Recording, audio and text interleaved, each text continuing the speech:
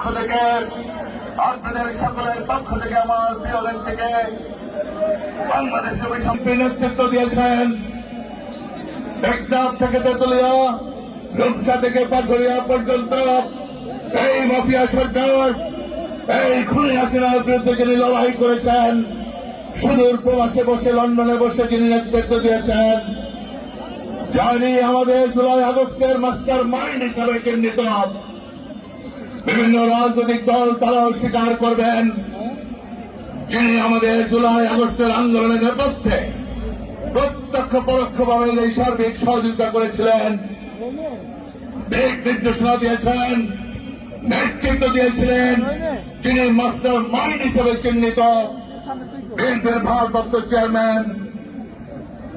আগামী দিনের রাষ্ট্রনায়ক, দেশ নায়ক তারেক রহমানকে আমি ধন্যবাদ জানাতে চাই, কৃতজ্ঞতা জানাতে চাই আজকের এই চেয়ারপারসনের এই সমাবেশ থেকে।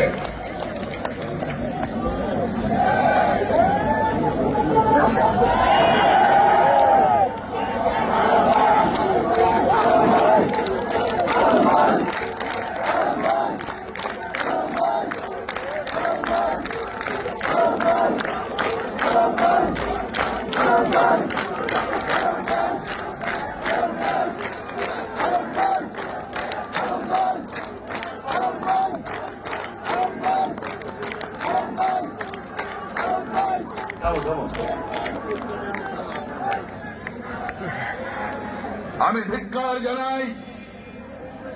আমি নিন্দা জানাই 17টি বছর যারা আমাদের ভোটের অধিকার কেড়ে নিয়েছিল, যারা আমাদের গণতন্ত্রকে হত্যা করেছিল,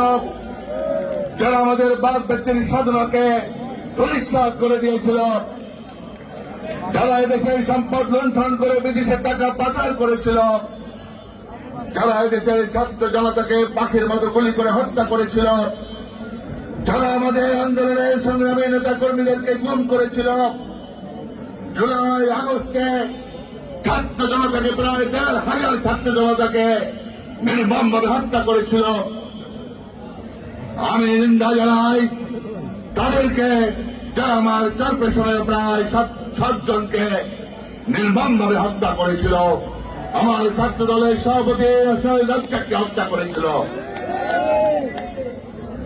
আমার ছাত্র দলের সভাপতি মীর মাজেদকে হত্যা করার উদ্দেশ্যে পঙ্গু করে দিয়েছিল, আজকে যারা আমার মীর সাহেবকে রক্তাক্ত করেছিল, যারা দীপকে লাঞ্ছিত করেছিল,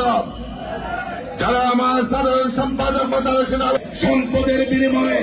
ব্যবসা করার জন্য অথবা কেউ কেউ এমপি হওয়ার স্বপ্ন দেখার জন্য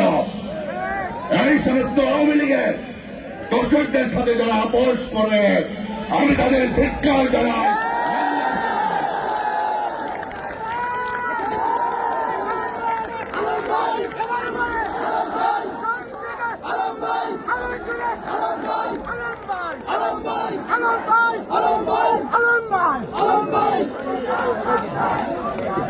বাংলাদেশে 17টি বছর